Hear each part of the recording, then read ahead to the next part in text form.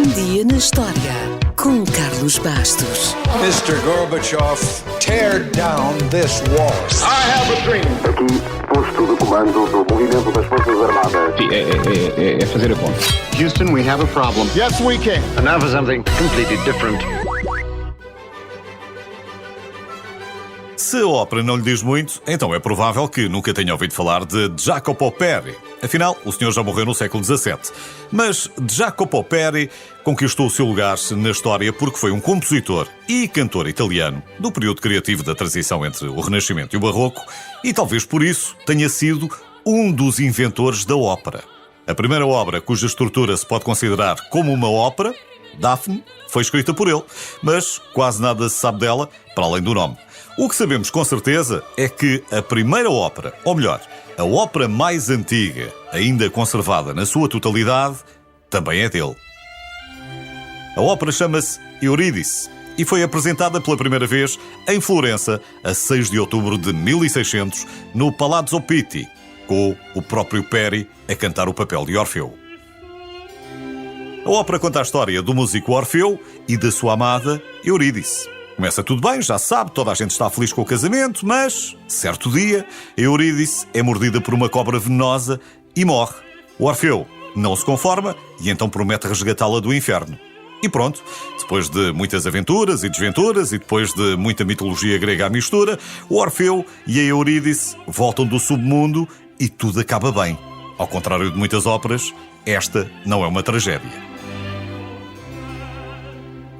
Talvez porque tenha sido criada para o casamento do rei Henrique IV de França e de Maria de Médici.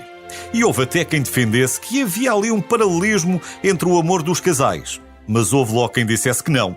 Afinal, Orfeu amava tanto a Eurídice que viajou até o inferno para a trazer, enquanto que o rei Henrique nem sequer se quis deslocar a Florença para ir buscar a sua Maria. Apesar das histórias de amor, as mulheres não podiam cantar no palco nessa altura, nem mesmo no coro. Os castrati faziam o papel.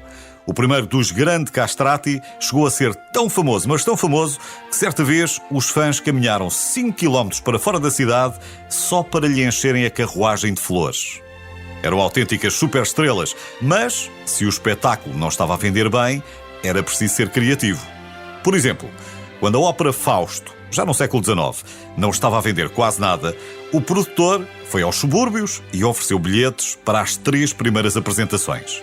A seguir, declarou que os espetáculos estavam completamente esgotados.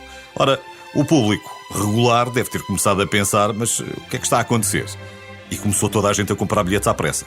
Fausto tornou-se num grande sucesso. Há também quem tenha começado mal e acabado bem. A primeira apresentação de Madame Butterfly, de Puccini, foi um dos piores fracassos de todos os tempos da ópera. O público vaiou, imitou o som de pássaros e até de vacas e de cabras. Madame Butterfly, no entanto, tornou-se numa das óperas mais amadas da história. Toda a gente se pode enganar, está mais do que visto. E por falar em enganos, durante a vida de Wagner, havia a ideia de que ele não gostava de aplausos nas suas óperas. O que era mentira. O coitado do Wagner, já frustrado com a falta de aplausos, no final do primeiro ato de Parsifal, gritou "Bravo!", apenas para ser assobiado pelo resto da plateia. No entanto, hoje, em sua homenagem, em muitas apresentações, o público não aplaude no final do primeiro ato de Parsifal. Antes grita "Bravo!". Ainda poderíamos dizer que Mozart escreveu a sua primeira ópera quando tinha apenas 12 anos e que Beethoven trabalhou 11 anos na única que escreveu.